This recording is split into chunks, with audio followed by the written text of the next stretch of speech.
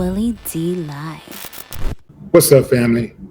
Viral cop Tommy Norman has retired from law enforcement after allegedly striking his wife. Check it out. Hey everybody, today is September 22nd, 2025. It's about 3 p.m. Central Time.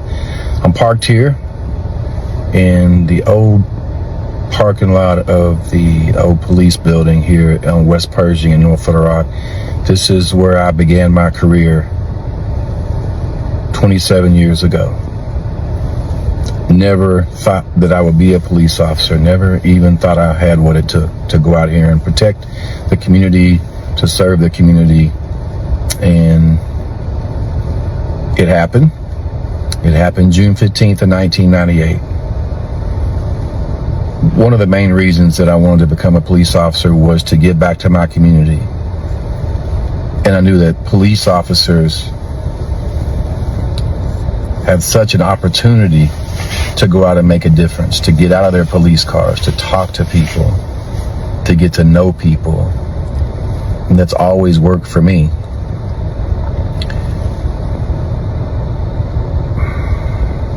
Today's a difficult day for me. After 27 years, announcing my retirement from the North Little Rock Police Department, I feel like that I did not let the community down. I feel like that I did my part. I also feel that the badge did not instill love into me. I instilled love into the badge. I didn't always do it right. I made my mistakes, owned up to those mistakes. After what's transpired the last week in my personal life, I feel like that it's time for me to leave law enforcement and to serve my community in a different capacity.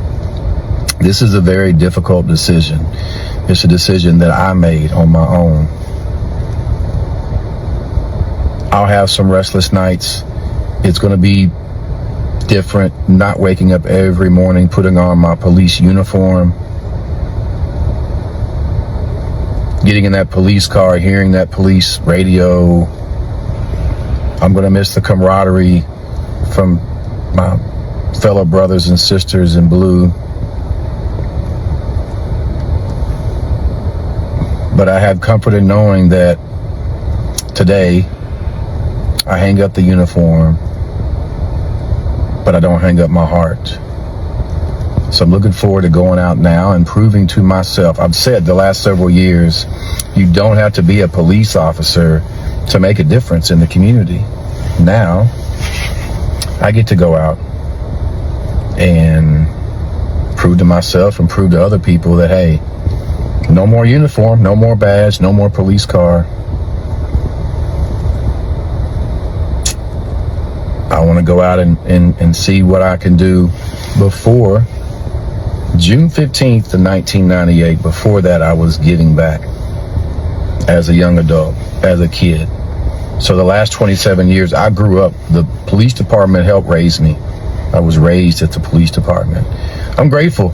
I'm grateful. I have no regrets. The North Rock Police Department gave me many opportunities to flourish, to go out and really be the best that I could be. To any other police officers out there, whether you just started your career or you're furthering your career, regardless of what anybody else says, go out and meet people where they are. Get off the main street. Go out and meet people where they are, off the beaten path. And I do still believe that the more time you spend outside of your police car, the bigger difference you'll make.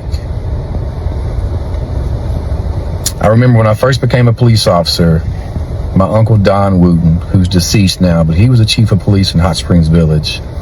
And I remember seeing that uniform and that squeaky gun belt. I remember his Smokey the Bear hat and his shiny boots, and I wanted to make him proud. And I know I made him proud. I know I made my mom proud, my dad proud, my kids proud. But it's with a heavy heart that I announced my retirement effective immediately today.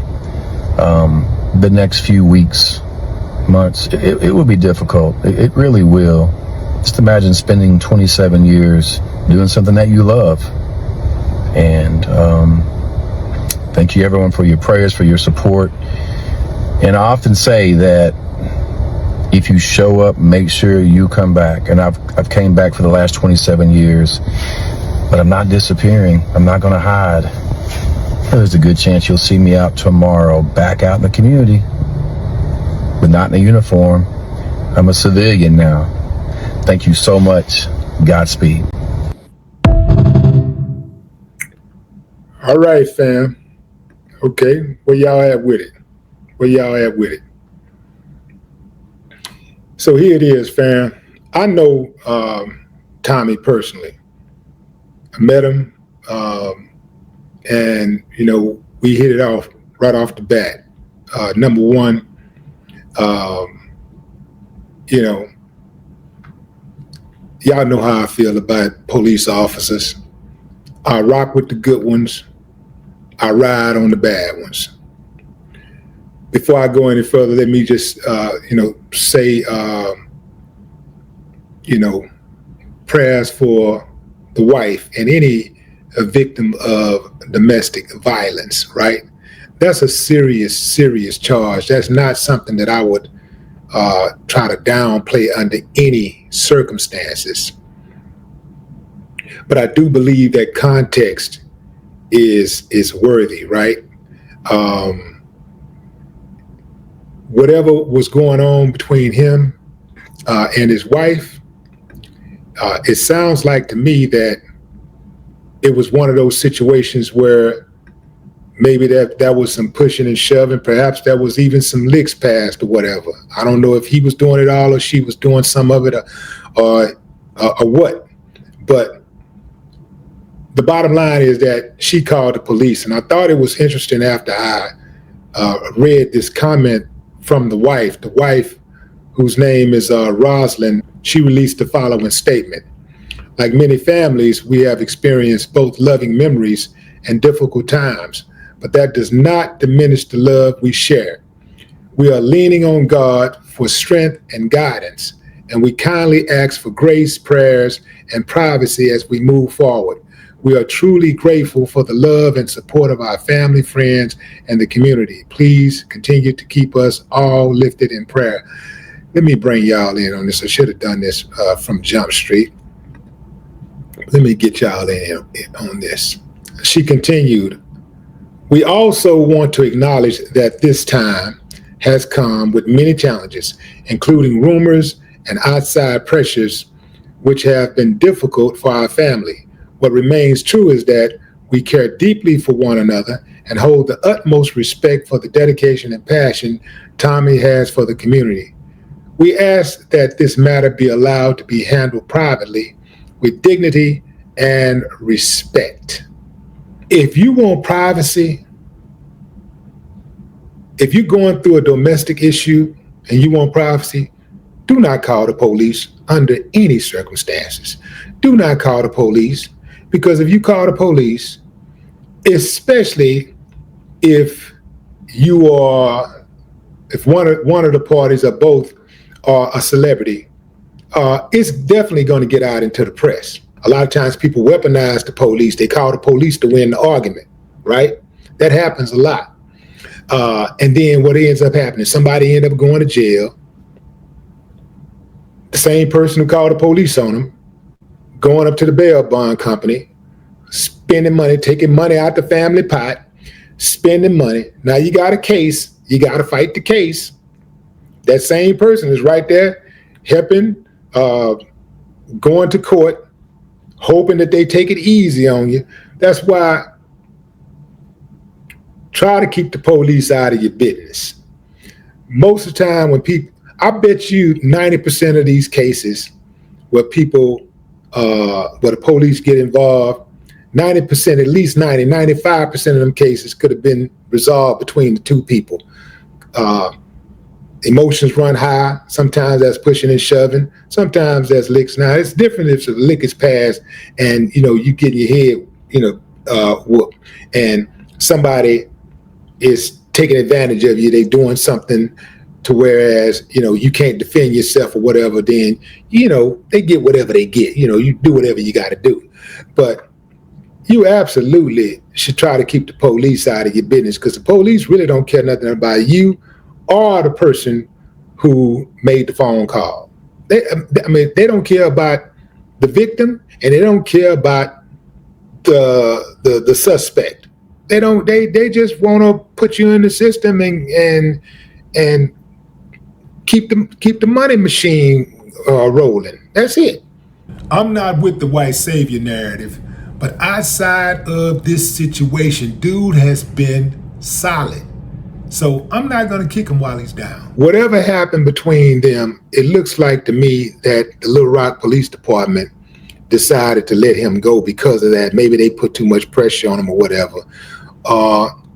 It don't seem like it was the community, because I watched dude in the community. Like, I seen him get down, and that particular community where he work at absolutely loved that dude. I'm talking about this dude be taking dudes to go get haircuts, giving kids money for lunch, taking them to games, getting out, walking the beat, getting to know the people. He obviously made a mistake. Obviously he made a mistake, and he got to deal with that. But when you look at his overall impact, there ain't another police officer in the entire city of Little Rock who's had as much of a positive impact on his community as he has. Yeah, he a white dude, but I got to call a strike and a ball. Who else has done it? Who else has been able to step up and have that type of impact on his community? Anyway, you know what? I ain't got to talk about Little York. I'm going to use every neighborhood in the United States of America all the way across the board. What other officers, how many other officers will invest their time, money, and influence into their community the way he did? How many more out there? How many people? Damn the police. How many regular people have done it? You don't see that. You just don't see it. And you damn sure don't see it with police officers. And you damn don't see it with white police officers working the beat in a black neighborhood. The white police officers that I remember growing up around, they were menacing. They were horrible human beings. Yeah. The only time they come around is when something bad happened. And when they would ride down the streets, they'd ride down the streets like they own the streets. And I never, not one time growing up, can you imagine being a kid from as little as I was probably walking down the street at 5 years old by myself, So imagine being from 5 years old on up. Anytime you're in the streets, you've never seen the police wave or smile or speak to you or greet you in a polite manner. And from the time you were born, you never saw police officers engage in the community in a positive way. Every time they show up, they're either showing up in response to something bad happening, or they're showing up and they're creating something bad. They're making something bad happen. I got homeboys who wear the badge, who have seen dudes on the streets doing something that could have gotten them a felony charge. And they slap it out their hand and say, now get your ass off the street, man. Don't let me catch you out here on this corner again. And they respect that, because their thing is like, look, man, I'm not going to ride you. I'm not going to disrespect you. I'm not going to put this case on you, but don't force me to. Don't force me to. Don't be out here making me look bad, because this is my beat. And how is that going to look if y'all out here doing whatever, you out here doing whatever, and it's my beat? It's going to come back on me. So don't embarrass me. You dig? Don't embarrass me, and I won't embarrass you. Don't make my life hard, and I won't make your life hard. That's how that go. But what say you, fam? Drop a comment. I'd love to hear your thoughts. No more talk.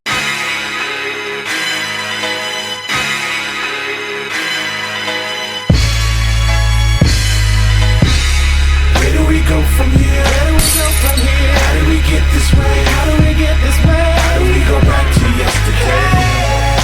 Where do we go from here? Where do we go now? How do we get this way? How do we get this way? How do we go back to yesterday? We looking forward but walking backwards. We both wanna win, but we both inaccurate. Two sides, but no one wants to.